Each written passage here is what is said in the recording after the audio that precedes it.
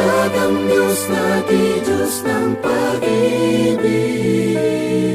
Magmahalan tayo't magtulungan.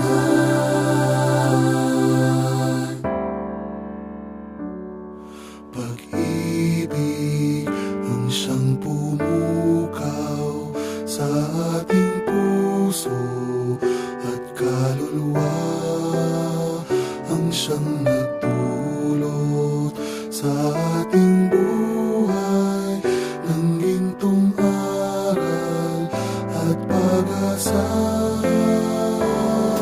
Pag-ibig ang siyang